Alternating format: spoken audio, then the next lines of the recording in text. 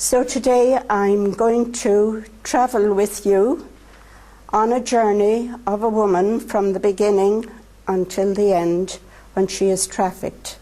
And we will do that in conjunction with the Way of the Cross, her journey of exploitation in parallel with that of Christ. And when I saw the centerpiece there, I was very happy. I said, oh, that's one big thing about trafficking. It is global. It is a global phenomenon. It reaches to every continent, every country, and now to every small town and village, sadly, in our country. I would like also to emphasize that it is a human rights issue, and that would be one of the reasons why I work in this area, because I believe every person has a right to life, to freedom, to education, to be heard before the law. We have so many human rights that are denied to these women.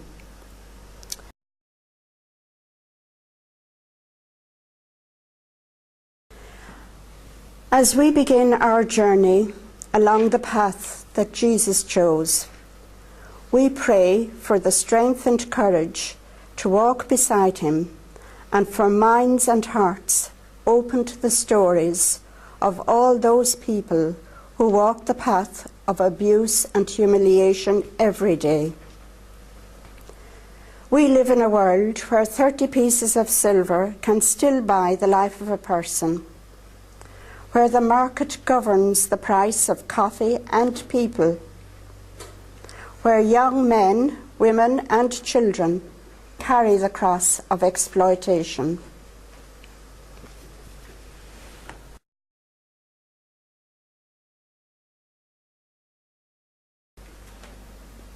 The second station, Jesus is made to carry his cross. Liliana has managed to get only 4 days' work in the last year.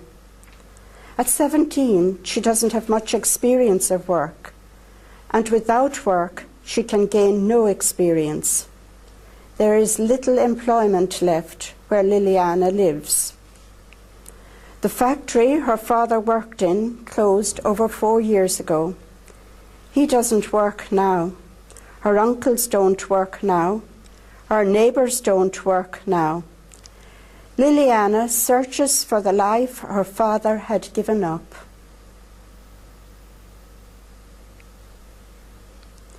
Jesus walked this path. Response: by the sharing of his steps, may we confirm our solidarity with all trafficked people and be inspired to action.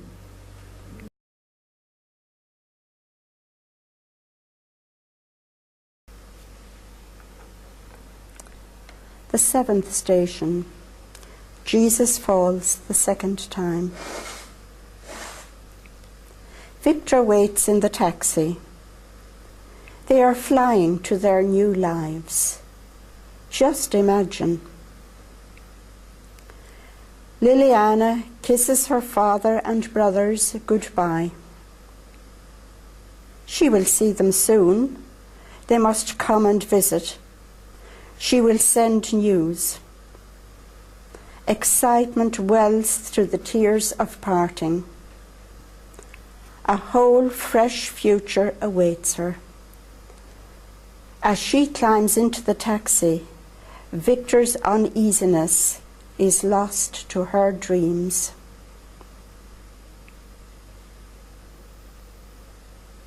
Jesus walked this path. By the sharing of his steps, may we confirm our solidarity with all people and be inspired to action.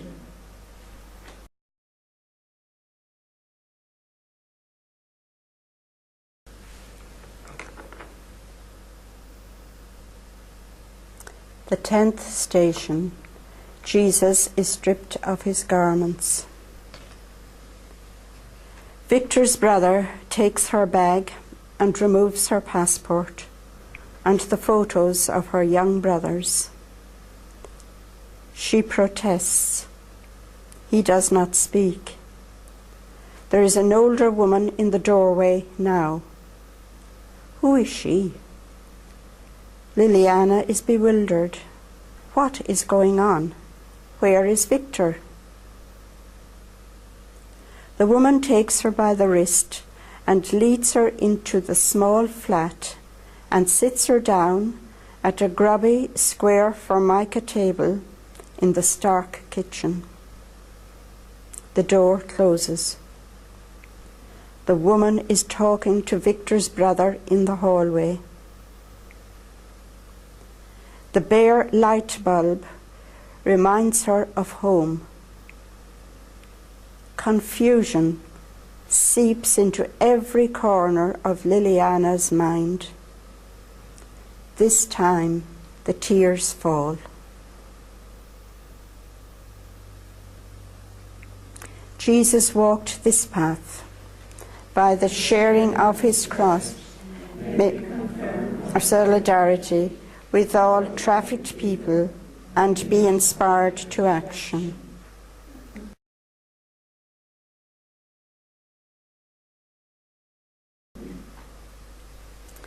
The 11th station, Jesus is nailed to the cross. Victor is a businessman.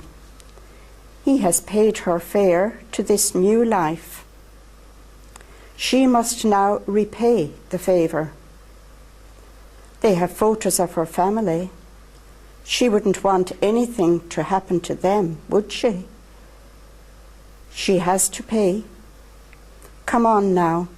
She's not totally innocent. This wouldn't be the first time, and she has nothing else but her body to offer. Victor will provide customers food and shelter until the debt is paid. She will join another girl already living and working in the flat. Liliana tries to get up from the chair. The woman's fist strikes her cheek, and blood mingles with tears. Jesus walked this path. By the sharing of his steps, may we confirm our solidarity with all trafficked people and be inspired to action.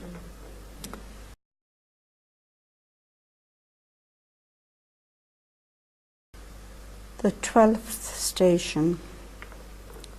Jesus is raised upon the cross and dies. The brutality of her first week becomes the mundane monotony of months. Liliana no longer looks in the mirror. The scars on her body are obvious. What she cannot bear is to look into her own eyes. The windows of the soul, they call them. Liliana can't find her soul, her own identity, herself. She inhabits a hazy world of syringes, closed curtains, rough hands, lost to a numbness haunted only by fear and isolation. Her eyes are dead, and inside she is dying.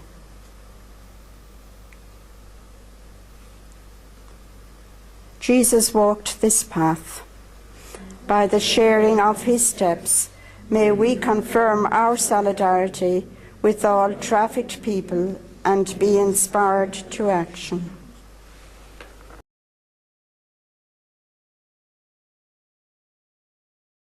The 13th station. Jesus is taken down from the cross and laid in the arms of his mother. Liliana stumbles into the room she shares. A girl offers the comfort of a cold cloth to Liliana's swollen face and puts an arm around her distorted, fragile figure. Liliana's last customer has gone, but the pain of his punches has not. He has visited before, has been aggressive before, has hurt her before. He does not appreciate her protests. He pays good money. The bruising is extensive. Her whole body is covered. It can take no more. It gives up. Jesus walked this path. By the sharing of his steps, may we confirm our solidarity with all trafficked people and be inspired to action.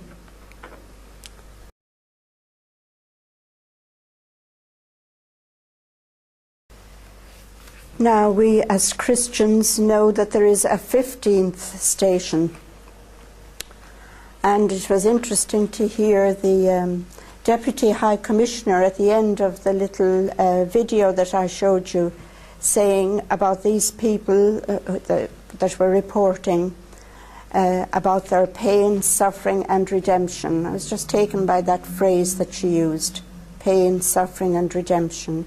They were people who had escaped.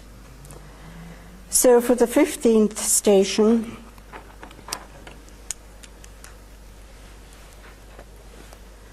although no one knows her name, Liliana knew her name.